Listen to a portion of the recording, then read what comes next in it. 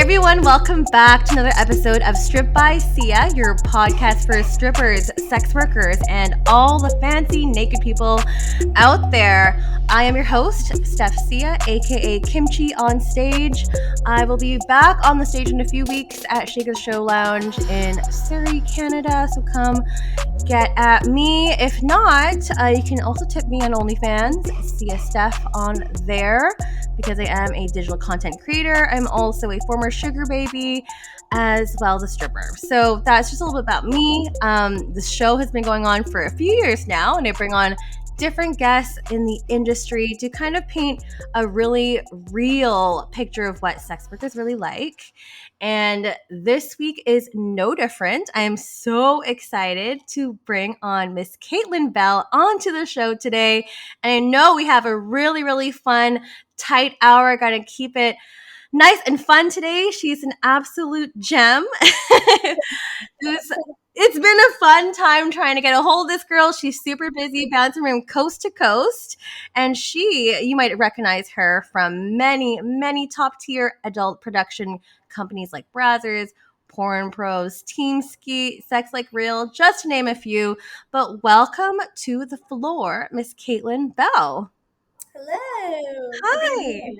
It's so nice to meet you, and I'm so glad we could finally make this happen. It's been a few crazy ass weeks. Tell me about it. Seems like we're all playing catch up. Always, but like super happy here that you're able to give your time for this tight little hour to come speak with me and for the audience to get to know you a bit better. So I that's all I know about you in terms of like you're a really big adult film actress.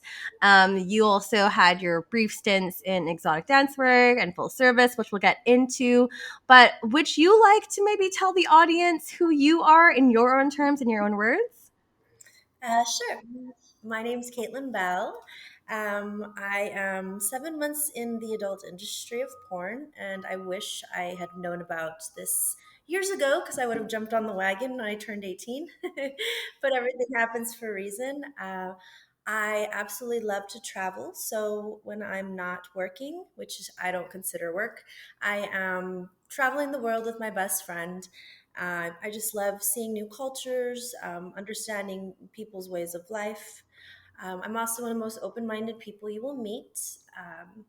I get along with everybody, so if we don't get along, there's an issue. There's something I wrong. mean, I'm not going to be best friends with everybody I come around, but I'm a pretty easygoing person. Yeah, that's pretty much about me. I'm just a traveling, fun-loving, happy Gemini who is now doing porn. So Amazing. Well, yeah, I mean, who's not going to love you? It's been well, like thank 2 minutes you. and like you're super sweet. I was going to say, like, you mentioned like you love traveling, all that stuff. Do you ever get any downtime? Because like I know that your schedule's just like off the haywire. So my downtime is my traveling. I make it a point to when I'm traveling to make it nothing but just the experience. But it's getting so hard because of OnlyFans that now my traveling experiences, I'm having to take a little bit of time to, record customs or Yeah. talk to my fans. So there really isn't any downtime, but I'm not complaining at all. At least once a week, I will shut my phone off and shut off all social media. And I lay in my bed with my dog and Aw. enjoy a few puffs of my favorite thing, marijuana. And Our I sweet. really do, right? I really do allow my brain to just be free of nothing sexual besides, well, maybe it depends on what I'm watching on TV. But yeah, that's the only time I have downtime is really when I lock myself in my room and shut off everything. And then I'm going stir crazy because all these ideas are coming about what I can do next to make my website better or make my performing better. It's a 24-hour job if you allow it to be. Yeah, it definitely can be for sure. And like as you mentioned with OnlyFans, like that is a nonstop thing. Like you have people joining your site, you're subscribing, people sending you messages, you got to maintain those relationships. And like kudos to you, even like on your quote unquote days off, like you got to nurture that. And like that's why you're doing like it's so, so well. But I know the audience is dying to know how you got into sex work. Like, what's your story? Where'd you come from? So I'm originally from Las Cruces, New Mexico, Mhm. which, if anyone doesn't know, it's about 45 minutes from El Paso, Texas. It's about the same amount of distance from Juarez, Mexico. So I had a lot of fun as a teenager. But my father had instilled traveling in me since I was really young. I lost him, unfortunately, but that spirit of me never died. So the moment I found an opportunity, which was when I was 23 years old, I found out about this. I was going to college to become a dietitian. I was on my third year almost, and my teacher was extremely overweight, and it really really hurt my soul as far as continuing down that path, because this woman was supposed to be mentoring me on why diet and exercise is so important, and she wasn't practicing what she was preaching. So I kind of find that that was the moment where I was just like, you know what, school isn't for me, this isn't for me, I'm already bored. I found this millionaire who was bored himself, and he was trying to sell tequila. So he needed a tequila promo model slash salesperson. I found out what bar he worked at, just so I could stand out from the other girls. Gave my 15-second spiel. Got a phone call the next day. He hired me on the spot. So my job was to travel the world at 23 years old with a car, housing, an allowance, expense report, and sell and promote tequila in all the top cities in the United States, party cities. So, of course, I enjoyed myself very much doing that for a year. I met somebody in Atlanta, Georgia. I got engaged. Thought, rich guy was going to have everything I wanted. And I lived in this giant, mansion with my house and my cars and everything everyone thinks they want. He ended up being extremely possessive, verbally abusive. And when the physical abuse started, I was like, I'm done. I know I was taught better than this. So I left him. Yes, I left him and I went to a strip club called Mardi Gras here in Atlanta. And it was a place that he frequented, very much so. So when I was at home, not allowed to have friends or go out, he had VIP parking at the strip club, which means all these business trips were not business. They were him at strip clubs, which, I mean, he could have enjoyed that with me, but he didn't. He chose to be selfish. yeah, So I started working there, that's just the to best spite him. revenge. And he, of course, never showed his face there again, um, which was great. But while I was stripping, I mean, by the way, I have so much respect for strippers. That is not easy. It is so hard. It is. Um, they're talented. You have to have business mindset if you want to make it in the industry. And I had a client that I became close with say, "You seem really good at the stripping. How do you like it?" And I said, "I really love it. I just don't like being up until 4 in the morning, sleeping all day, and then doing it all over." And the cigarette smoke was starting to really get to me. He's like, "Well, have you ever considered escorting?" I was like, "Yeah, no." He goes, "Well, it's kind of similar, but it's on a one-on-one basis, and you guys discuss what else may occur." Yeah, And he gave me the contact info to one of the top providers here in Atlanta. So I contacted her, and she literally mentored me from day one. So I've been really lucky because I have had very little horror stories, Mhm. just because I was taught how to do it correctly and safely. Good for you. But that's how I started in the sex industry, and I Yeah. never looked Never back. looked back. Oh my gosh, incredible. Okay, so many comments here. First of all, traveling the world, being a tequila rep at 23, that's like the dream job, especially like in your 20s. Like so much fun. And I'm sure that job kind of must have given you tips too to help you survive and thrive within the sex industry too cuz with sex work, it's a lot of sales. It's a Oh lot of yeah. hustling. You're like, "Oh yeah, Oh yeah. yeah." Did any of that, like with your experiences in, being a tequila rep, working at the club and escorting. Like, what has that all taught you? And like, I mean, where you are with porn, and we're going to get into that in just a bit, but It's well, they like you said, it's a very people-oriented industry. All of them, you're selling something, whether it's sex or tequila. It's the same thing. So it taught me how to approach people that I had no idea known at all in a very comfortable manner. It taught me how to gain people's trust and by what I'm selling, by practicing what I preach. So when I was selling the tequila, of course, you get to taste the tequila, you get to see that it is a good product. With me, it was, the way I treated you, the way our date went, the way our dance went. So it was very similar in just being able to deal with people from different walks of life, not knowing mhm. where they come from, not judging them, and giving them what they want, whether it's good tequila or good sex. I love that. That makes a lot of sense to me. There's so much crossover I find with any kind of sales and with a lot of the work that we do in sex work. So amazing, amazing points there. I also wanted to say and like bravo to you for getting out of that abusive relationship. Like it's really, really, really hard, especially when you're so young, and just to have been so headstrong and like, okay, like when the physical abuse started, like getting the fuck out of here was like your priority. Can you bring us back to that time and just like the emotions that were going through your head during that time? Yeah, it was crazy. I like would wake up one day and it's just like, this isn't who I am. I'm a fun loving, person who has tons of friends, who likes to go out. And I had this person convince me that wasn't okay, that I shouldn't act that way. I don't know why. I mean, of course it is being young, and I do feel so sorry for all these people that are in their 20s or in their teens. Like, I get it. It's if I knew what I knew now, but I always say that, hindsight. um, I just remember saying I'd rather kill myself or get out of this relationship. And I knew that suicide was absolutely not an option, because at the end, he would have won in that scenario.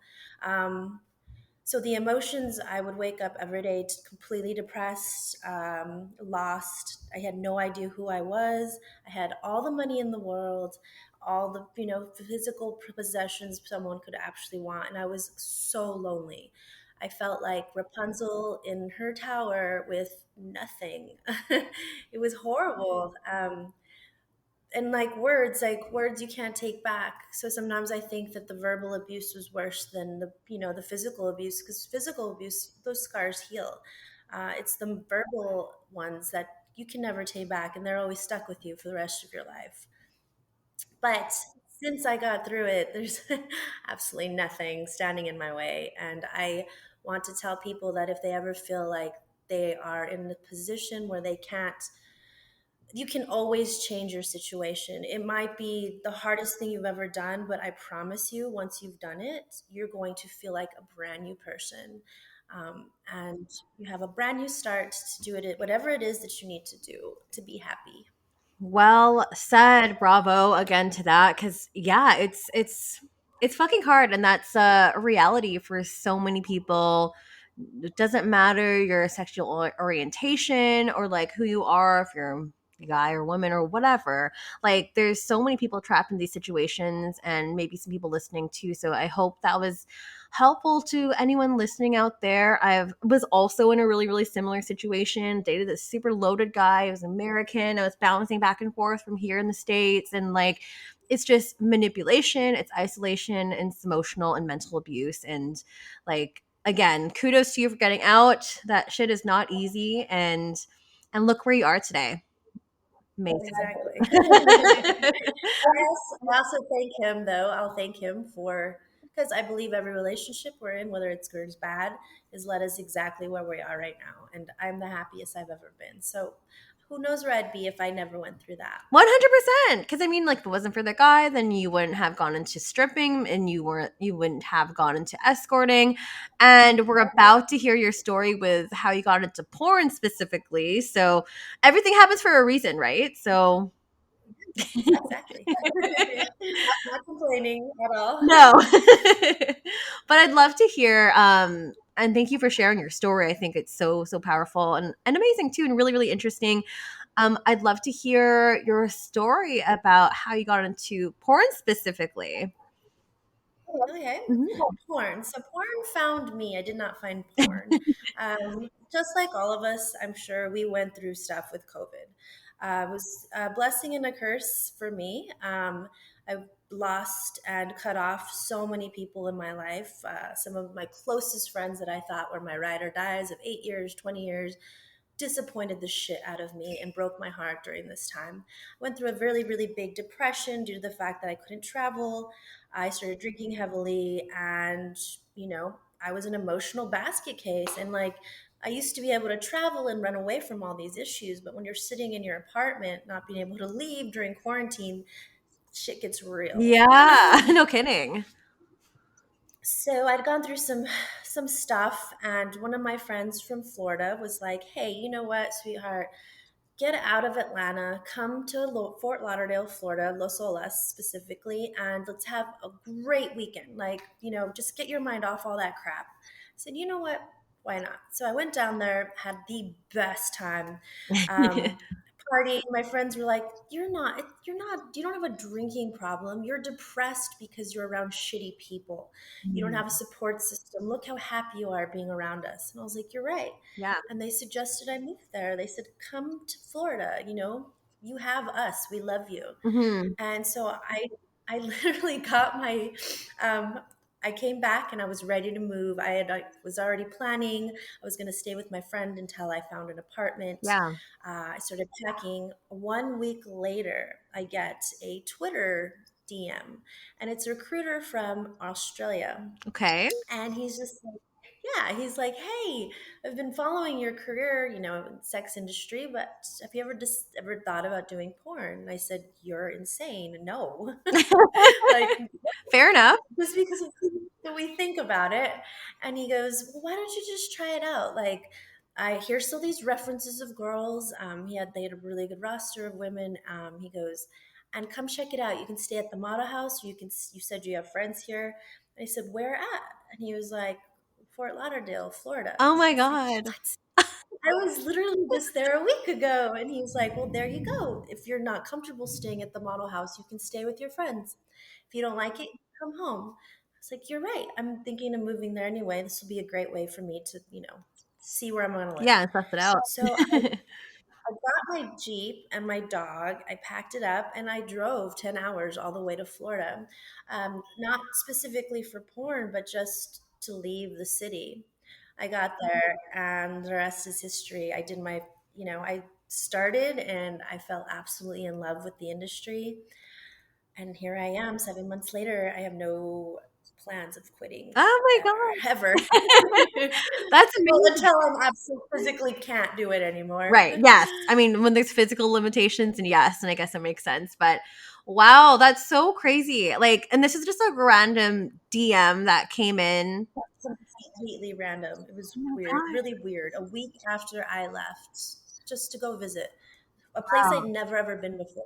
Wow. Well, you know what? Like things happen for a reason. And like I was wondering, like, because sometimes like we all get so many DMs and like random scammy things. Did you ever think like, first of all, like this guy's trying to scam me, this guy's fake until like maybe you started researching into it? Like, did you have any hesitancy? Yes, because I have had people ask me, but Mhm. he seems so professional in the way, and that's also the thing I got really good at with providing Mhm. is reading into context, into messaging. I can tell when a person is being pushy or is just wasting my time. He seemed very, very honest, and the references he gave me, and the girls I reached out to, all had nothing but good things to say. So I did take a chance, but I also knew I had a lot of friends there, so that if anything were to happen, I could easily just go to them. Totally. And you mentioned something really, really cool there too. Like, with your work being a provider, you're able to kind of like filter out and you can pick up on things. It's like a spidey sense, right? Can you tell us a little bit more about that? Because like sometimes we don't really talk about that in terms of like the skill of like filtering people out. Oh yeah, especially when you're dealing with different types of people, people's wording is very, very important. Their tone of voice, the repetitive and the things that they say. It's I know it's not foolproof when you're doing it when you're typing or texting, but because I've typed and texted with so many different types of gentlemen, there's a pattern when it comes to pushy men, and I have picked that out. Even just when we're together, within the first my one of my superpowers is I can read an individual within the first 30 seconds to a minute they've walked into my place. You have to have that sense. Of course, I've done everything I need to do before to have them come in here, Mhm. but there's still some weirdos out there. Totally. Absolutely. Oh my gosh. That's And yeah. Sorry, continue. no, no, go for Yeah, I mean, it. like, it's just I was wondering, like, if you can name some specific examples and stuff too, because we have a lot of providers that listen to the show, as well as a lot of clients that listen to the show too, in terms of like, how do you know when a guy is being really, really pushy? How do you know when they're like really trying to like almost manipulate you into trying to get their way? So one of the worst things is I did have an individual who was extremely nice. Like he checked all the boxes. Um, he was great. We finally got to see each other. He walked in. He just had this eerily sweet, like overly nice kind of like, persona going on. And I was like, you know what? He's too nice. Okay, whatever. He's too nice. You can't. I'm just going to ignore this warning sign. I should have known better. Usually, when I would get paid for what I was doing, I would, have them leave it in the bathroom discreetly. And while they were freshening up, I would, make sure everything was there. I didn't use my instinct on this for some reason that day. So we continued to have fun. He was still super eerily nice. He left. I go to the bathroom and I check my envelope, and there's $4 in there. Fuck. Are you serious? Yeah.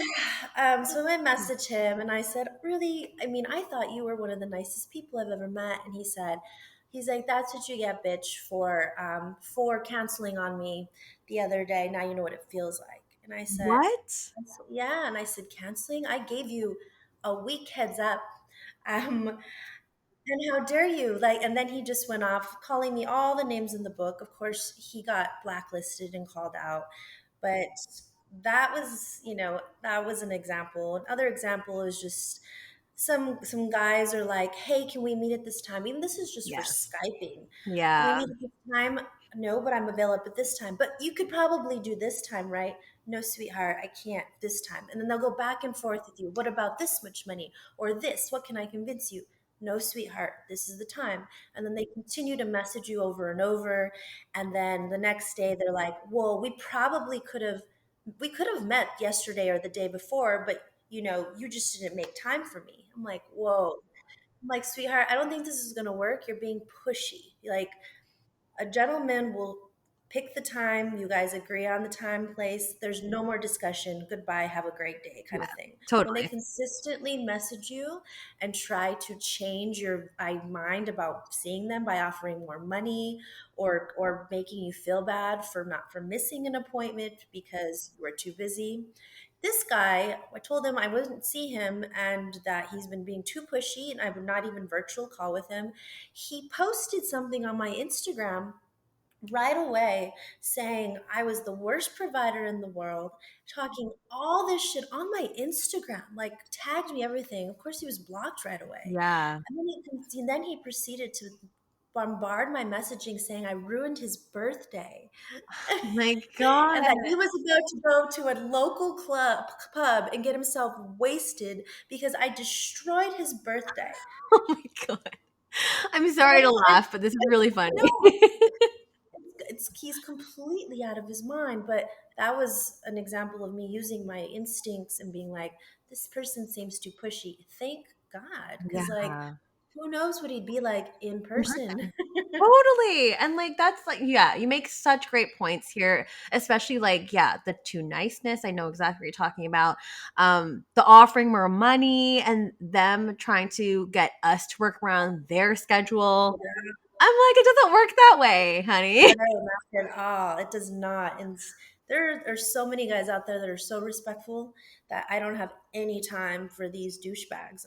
Unfortunately, and I love that we have the internet now and we have these ways to verify these people because it's helping weed out all the scumbags. And it's incredible how many guys out there actually think that they can go online and pick up a girl and expect absolutely nothing as far as verification is concerned. Oh, yeah, sweetheart, we're going to meet at this time, this place, and I'm not even going to know what your name is because that's too private for you. Oh my gosh. Oh, I'm Yeah. cringing at this. I am And this cringing at seems like this. too much. My privacy is more important. I'm like, what? Yeah. Okay, good luck. And good luck when you do find a girl that is okay with that because you're probably going to get mugged Yeah. or robbed or who knows. Yeah. It's like, peace out. Goodbye. Nice conversation. Nice to know you. Well, I mean, escorting and a stripping and all like just clients in general, there's going to be kind of so lots of scumbags out there too, but I'd love to hear more about the positives in terms of like going like in terms of the porn front. So I was wondering like, and kind of switching the topic here, so what did you have any like hesitancies before you got into porn at all, or because like you said it kind of never crossed your mind before, so I just wanted to kind of know what those were, if you had any hesitancies. I so because I've been in the sex industry for so long, it's been 8 years. My friends who had I created in my life already knew who what I did, so they accepted me for what I was. My parents would be the only people that I would have been more hesitant to join, but since I've lost both of them, I'm there's sorry. absolutely nobody out there that I give a shit about what I do. Because I'm a good person, and if what I'm doing has offended you, then we shouldn't be friends. And I totally respect that.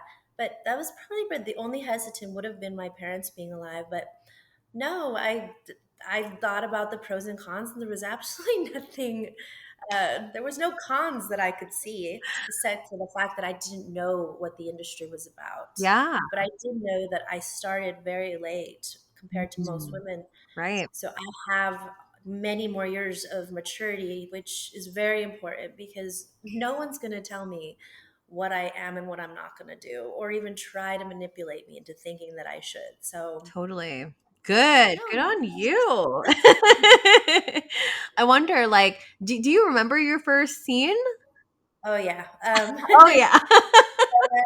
My first scene was with Jake Adams. It Yes. was in Phoenix, Arizona. Hmm. And I was told later that's where they do. It's like girls' first times in the industry. They send you out to Phoenix, and Oh, Jake would, I guess, see if you could do it. interesting. So the first suit was I was so nervous. My God, I remember being on the makeup chair and just shaking profusely, like I couldn't stop shaking. And everyone was extremely friendly and like supportive. She's like, "You're gonna be okay." I said, "I know, but am I really though?" I was like, "I do this, but there's no camera involved, and like they're not professional fuckers, you know." So I sat down, and Jake's like, "Are you ready?" And I was like, I guess so. And then the moment the camera went on, it was like everything went away. Like all my anxiety, all my fear, it just melted away. And if you listen to my interview at the beginning, my voice is kind of like scratchy and like poppy, like I'm nervous, and then it just starts flowing because my nerves start to go away. It was intense. I told Jake, I said, I don't tap out, so good luck. And he said, okay, girl, we'll see. He tapped out. He had to take a break and said, "Oh my God, what did I was like thinking, sweetheart? I've been practicing for 8 years."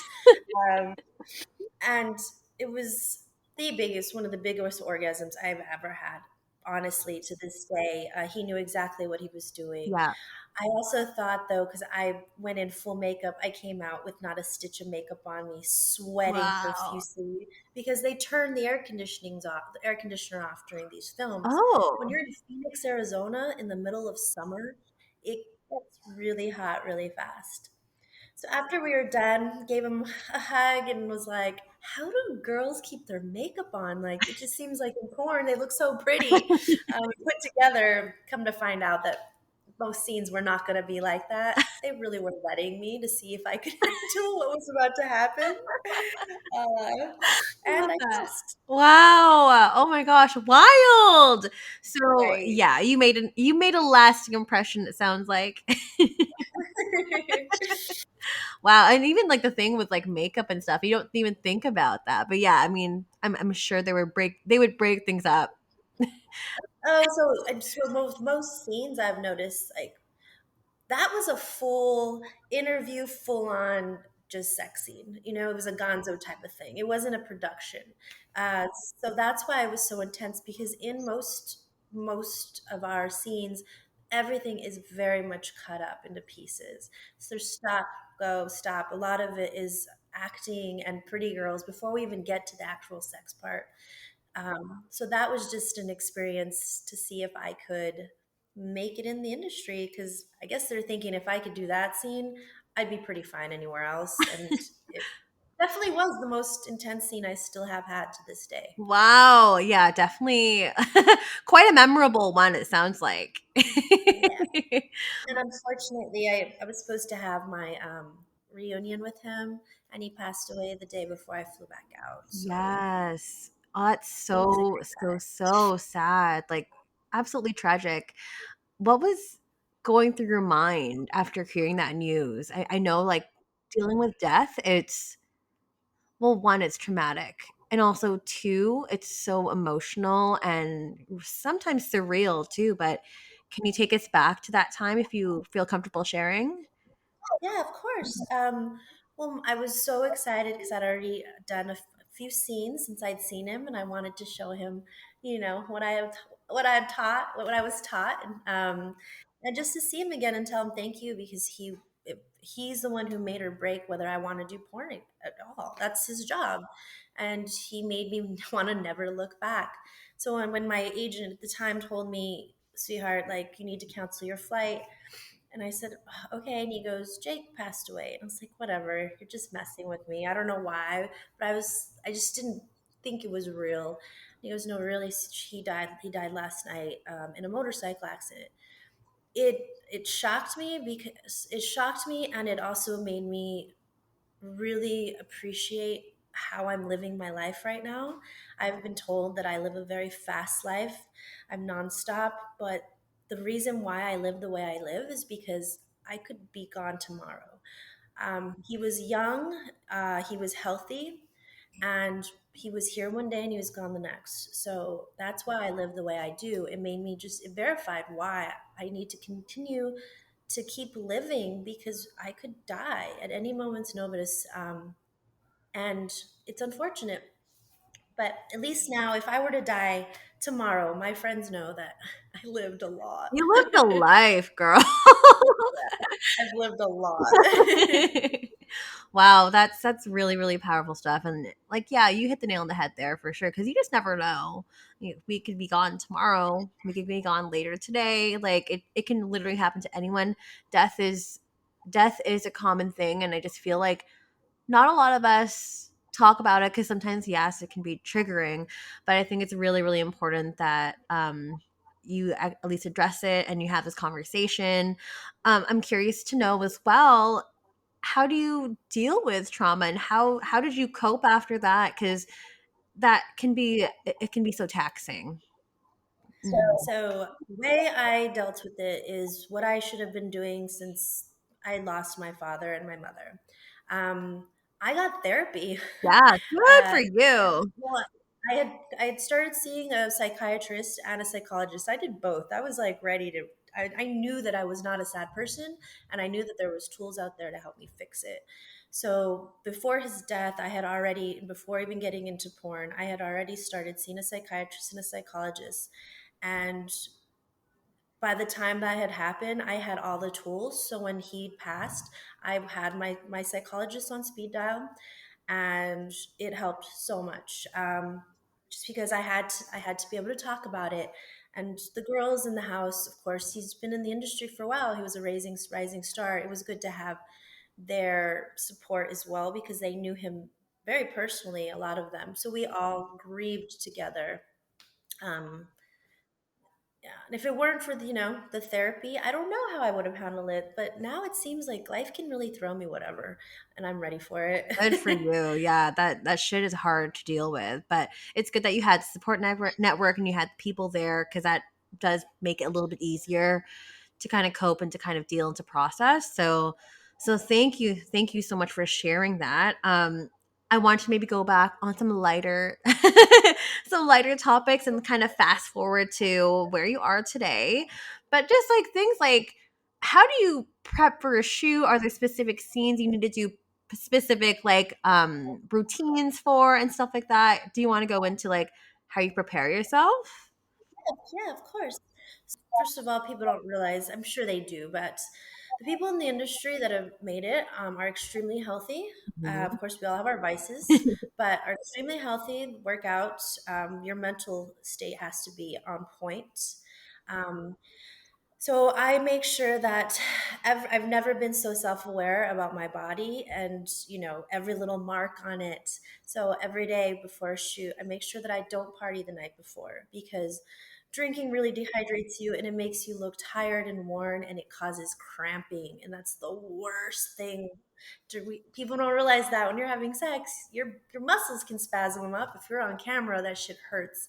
Um, so I make sure and I work out every single day before I go to a shoot. Mm. I make sure that I don't eat. So that I call it industry intermittent fasting. A lot of us we do not eat until our shoots are over. So that could be 10 hours. That could be 14, depending on when you wake up. I'm not saying we're on set the whole time, but by the time the day's over, so I don't eat. I work out and I don't do anal yet. Mhm. So I there's no prep for me in that sense, but I do hear girls that do that. They take a week, they have an entire, array of plugs. They fast. I will eventually do it. I'm just not ready yet, That's okay. especially with those boys. They're beta. So Yeah, yeah, I just work out, stay healthy, don't drink the night before, and come to set clean face, hair washed for makeup. ready to go, ready to shoot. Yep. There we go. Hmm. I know, like, you also mentioned because you entered the porn industry during the pandemic, right? Yes. Like, Yeah. how like, you never knew it, I guess, like, pre-pandemic times, but, like, how has those processes been in terms of, like, having to get a COVID test, like, every single time you go and set and, like, going Yeah. back and forth from, like, East Coast to West Coast, like So that was probably the most annoying thing yeah. when the one of the cons in the industry because of COVID is when I was in Florida, I was having to go get tested every 24 hours. So the model house was in Fort Lauderdale and testing is at in Miami. And it's one testing center that you're allowed to go to. So I was going back and forth 3 hours of my life every single day just to get a COVID test to tell me that I don't have COVID. I was told that if I got the vaccine, that I would only have to test once a week. So to me, I did it because it seemed logical because Mhm. I was so tired Yeah, of making the commute. That wasn't the case because companies can still say no. We still require a 24-hour COVID right. test. Right.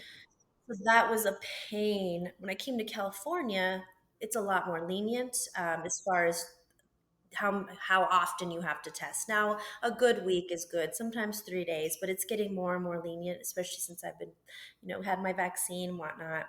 Um, and the people canceling shoots getting canceled left and right because of Oh, COVID. yeah. And it's somebody gets COVID and they shut things down until they find out if someone else has it. It's so annoying because even if you have no symptoms and you're completely healthy, I've lucky never had COVID. I still don't know how, thank Me God. too, knocking But wood. right? Oh my God, we're so lucky. I have no idea because everyone I know has Me COVID too. or had it. Totally. Um, so yeah, just they constantly having to redo shoots has been a challenge for the industry. It's getting better, but everyone now is playing catch up. There's all these scenes that needed to be shot, and because of COVID, they had to be postponed. So now they're working on all these postponed shoots, plus they still need material for the coming year. Right. Yeah. It's very much a business. Oh shit. Yeah, that's a lot. I mean, on top of like the regular standard like HIV and STI testing that you have to do on top of that. Like it's a lot. It sounds the STIs was not as is not that bad. No, It's the COVID it's just test that's annoying. yeah, no, I hear you. Even just traveling too. It's so like one is another added cost to everything. And then two, Oh yeah. like I personally don't like things up my nose. Like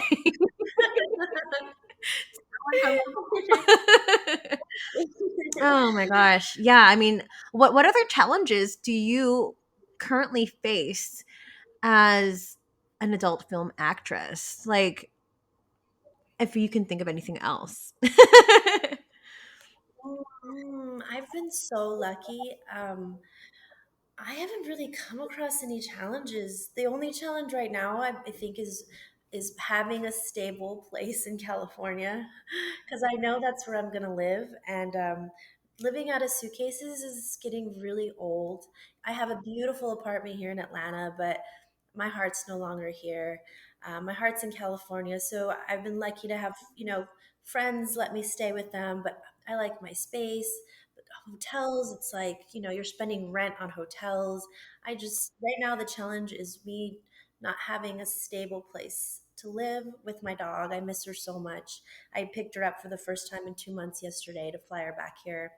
um, so that's it. I just want to live in California, have my apartment, set it up the way it's supposed to be set up, and just continue to work. Yeah, I mean, it's so important to for home to feel like a home. And when you're kind of bouncing all over the place, well, because of work, it can be really, really, really tough on your body. And also just like, as you said, like living out a suitcase is really, really hard and gets old really fast. Yeah. I mean, I say that and then watch. I'm like, I'm stagnant for like 2 days and I want to lose my mind.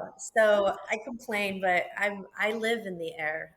Hmm. Definitely. I'm a diamond medallion with Delta, and There we I'm in the airport a lot. Your second home, basically. It is my second home. Where do you think like with the landscape of porn changing, like where do you think it's gonna go? Because I feel like with a lot of these like tube sites that are online and with like OnlyFans and lots of these clip sites, many beds, like Avian Stars, like there's so much stuff out there where you can access porn. I don't want to say for free, but there's porn that might be more accessible for people. Like what are your thoughts on that? And where do you think the industry is going? Well, since I'm new, I'm still learning on how it's changed. But um, I was told that there are the tried and true fans that have been there from the beginning, and they're not going anywhere. They're the reason why we film and shoot the things we're filming, because they're watching every click that people are clicking on, all the likes they're liking, so that is swaying how we do our filming. Just because there's all these avenues of getting porn, there's still not the porn stars. So people can create all the content they want, but being a porn star is a talent. Um, we are sexual athletes. The things that you see are not real. They are, but they're not. It's a show, and watching people that really like the ones that have been best performer of the year, they deserve that stuff. I've watched their performance. They love what they're doing, and the flow of watching these people come together and create these movies is so fun Yeah. that people can't help it. Like people are always, I think, gonna want to see their stars, as far as porn is. And I don't know, I feel like it's gonna get better. Worse is than worse, just because there's a lot of amateur stuff out there. Yes. There's a lot of But amateur stuff. who knows? I asked them if it slowed down, and they said no. If anything, COVID just created the OnlyFans aspect of it all. But Yeah. things haven't slowed down No. at all. No. And like Okay, like what I'm trying to say here, because there's a lot of amateur stuff out there for sure. Do you think there's still like a space for like really high production sets and movies and stuff like that? Like, or do you think like that? So I've Okay. always Well, see, I've wanted to do one of those because I do a lot of acting. It's very short clips and stuff, and it's so much fun. Yeah, But the people the people in the industry that I've been doing for a while that used to do that say that they didn't really like those type of productions because really you get paid the exact same amount, but you're working more. 2 3 times as more. Yeah, you're on set for 14 hours a day. It's extremely exhausting, and the pay, there's no pay raise, it's the same pay. You're just wasting your time pretty much. I think it looks great and I really want to be a part of it, but as far as the big production, I think that's going to get less and less. um, Only just because I don't think performers want to do it. Unless there's a pay raise, yeah. Like, what's the point of being on set for 14 hours and getting paid the same amount for a 4 to 6 hour production? That Like, makes sense. Yeah, because like I never even thought about that kind of aspect in terms of like, well, is the rate the same? Is there going to be more money involved? But yeah, if it's the same, then I can understand the performers being like, I'm not really, I'm not really into this. I can see where they're right? coming from. Well, I guess like on that note, and I know But we I have to get want to do out of it here. anyway. Yeah, yeah, totally. But I think it's probably time for us to move over on to some Q&A, just because we have just a little bit of time left, and I want to ensure that everyone's questions gets answered. And also at this point, big shout out to Arab Sarkar as well as Justin Erickson. Thank you for being on the top tier of Patreon there. I will plug all the links later on in terms of like how you can subscribe. But we've got some questions in from the fans, from your fans, some of the audience, random questions here. So let's kind of get into it. So the first question is, do you think OnlyFans has made the porn industry better or worse? I think it's made it Mhm. better because it's allowing people to be their own porn stars so that they can, it's kind of like walking a mile in our shoes. Being able to be sexual isn't everybody. I mean, not everyone wants to express it, but being able to have a platform where you can express it, I think is a great thing. And I think that it makes me look better. Yeah, yeah. I mean, like in terms of like your own OnlyFans too, like, and you mentioned earlier, really, really early on in the interview, it's like a 24/7 job. Is there? Do you prefer OnlyFans? Do you prefer being on set, or like are they completely different? And I know they're different, but They're completely different. I'm honestly just getting into my Mhm. OnlyFans because I was so busy that I had an assistant running it, and the culture was not who I was. So when I finally did log in, I didn't even know who these people were. They didn't know who I was, and it was not the environment I was trying. So I deleted my entire OnlyFans. I started all over a couple weeks ago, and it's already great. Like, I'm setting the groundwork for my personality. I'm not going to get an assistant until it's absolutely Yeah. bonkers. Um, I love being on set more now just because it's always a different experience, and I have coworkers. Like, I don't think people know the value of coworkers until you don't have them. Yeah, they're annoying and you're not going to get along with all of them, but being able to go to lunch or dinner with your coworkers and talk shit about what happened that day or what didn't, it really really helped with with my Mhm. mind, and feeling wanted. And because when you're escorting, you're in the background by yourself, like there's no one saying good Yeah. job. And sometimes you need that. Yes, very Especially in much this so. industry. This industry can be so isolating and like you're by yourself. Like luckily our community is amazing, but sometimes like when you're doing the actual work, sometimes you're just beside yourself, and that's so cool that you brought that up because like in the times of COVID, like with offices and everything shutting down, there's like no more in-person things. Like That shit is Nah. gone. And it's so Yeah, important. it's so important. Like just to have that human connection again is so key. Unless you, yeah, Yeah. But now that I'm getting into my OnlyFans, I'm starting to really enjoy mhm. it. That's why I want my apartment Yeah, set up because I want to be able to create these content. I don't want to just do, you know, the same content over. I see some of my co-stars doing these incredible backdrops and they change up their stuff all the time. And I think that the fans that really appreciate that, and it shows in their work. for sure, absolutely. I guess the next one here is first of all, she's gorgeous. Second, how is her dating life? If you want to speak about that. If not, we can skip. Oh, well, thank you. I appreciate it.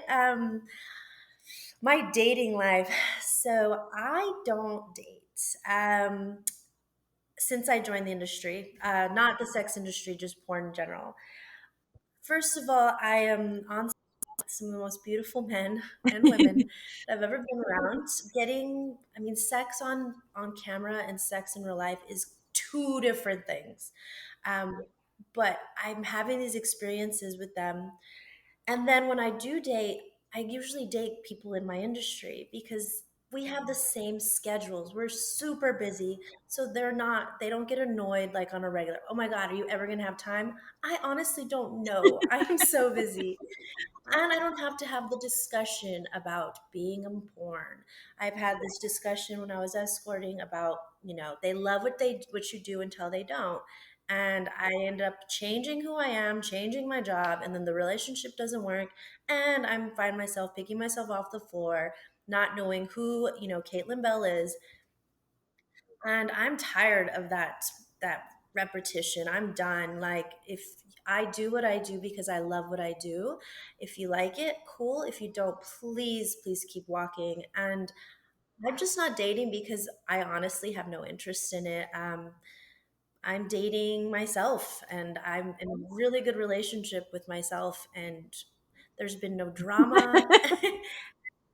If I need my fill, I've got, a few people on speed dial that can help with that. I consider myself to be more a polyamorous type of person. When I do get into a relationship, I don't believe monogamy exists, but I do believe that you can love one single individual, but you can have multiple individuals to, fill in whatever gaps Yeah, it is that you need. But yeah. I don't No, I hear you with date. that totally. Because like, yeah, there's just so many things like with one person, they're not going to check all the boxes. No, no one does, and then we're disappointed that they don't. When we're human beings, like, we have flaws, but you can just ignore the flaw in one person and get your fill from Yeah, this one, and then just it's a keep good way of going. life. Yes, perfect. We have another OnlyFans questions here. So it's has OnlyFans made porn stars easier to be recognized or harder because it created more work?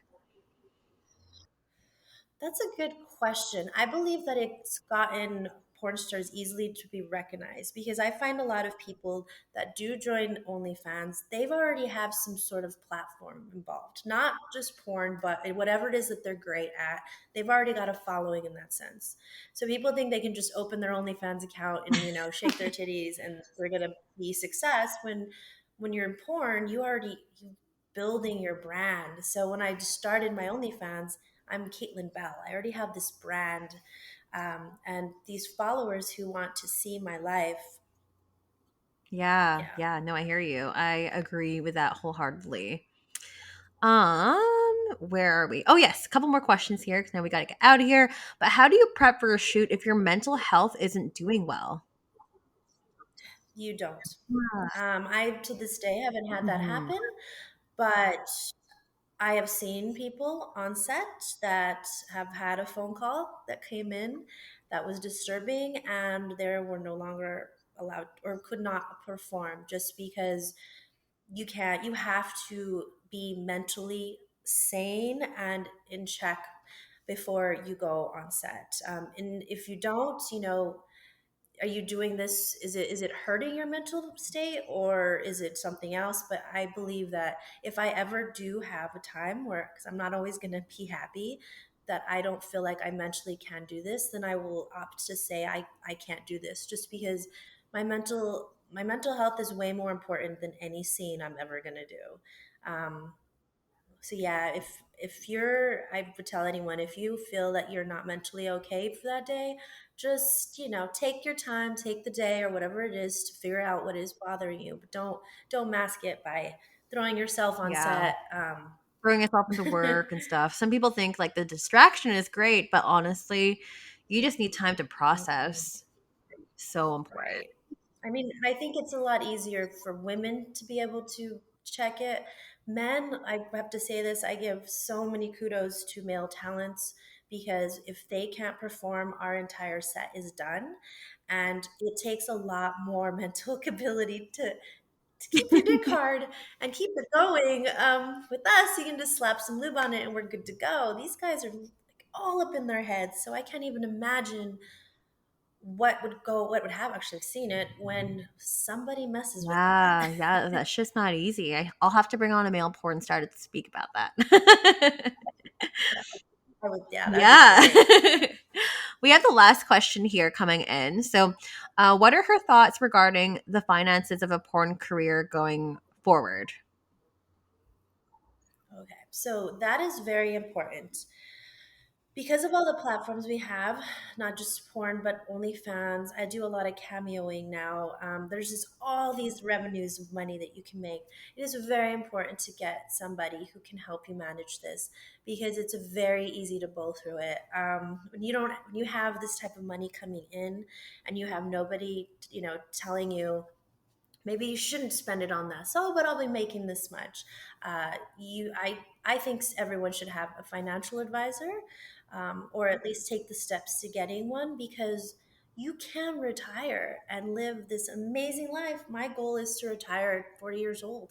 Not to say that I won't continue to do porn because I'm having so much fun, but by the time I hit 40, I will be able to walk away and never work again. That is my goal in life. And in order for that to happen, I have to make sure and take care of my money. And it's really easy to just spend it. Oh, it's Really always so much easier to spend it for sure. But those are some great questions. Thank you, everyone who wrote in to have all these questions answered by Caitlin. But Caitlin, I know you got to get going in a couple minutes here. So before I let you go, where can we find you?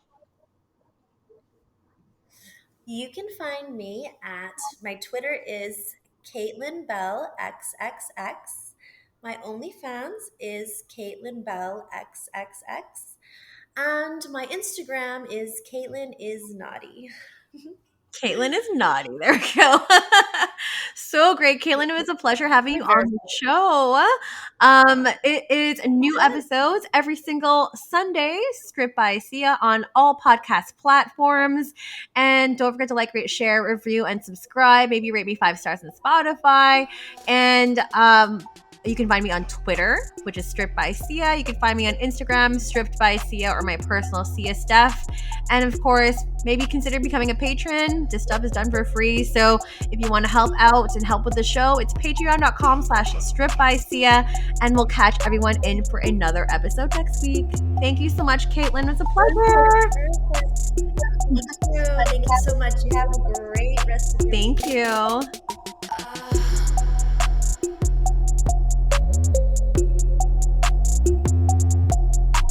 You're listening to Stripped by Sia, hosted, produced, and edited by Steph Sia. Music by Ted D. Graphic design by Maria Bellandarama, and photography by Ian Daverin.